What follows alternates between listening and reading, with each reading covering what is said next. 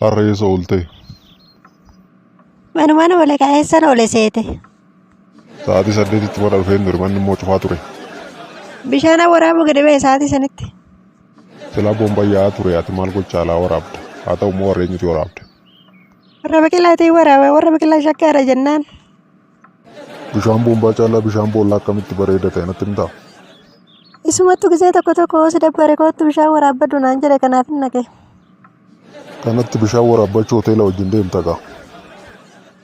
Keessummaan mana dhufee akkamitti akkanatti deema kootu buna dhuginaan jennaan wajjin hin deeme.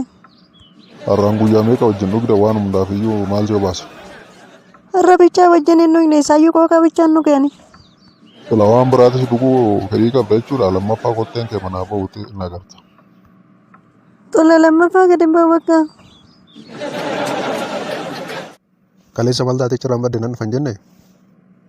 Namicha kiyya kaleessa mana ooleeraa kana akkuma dhufetti manuma oolee achumaan deebine bakka hojiititti. Suuqiin dhaqee waa bita jetteen baa ture maal rakkoo qaba? Jedheeni tanan ture inni iyyuu dhaqee tanan sii bita maal inni naan jedhe. Karaan dura hoggaati mana hin jirre si argeessi shakkimoo maalidhaafi? Kaleessa bakka bunatti dhugne sun mana fira isaati kanatti na shakkina fakkaate.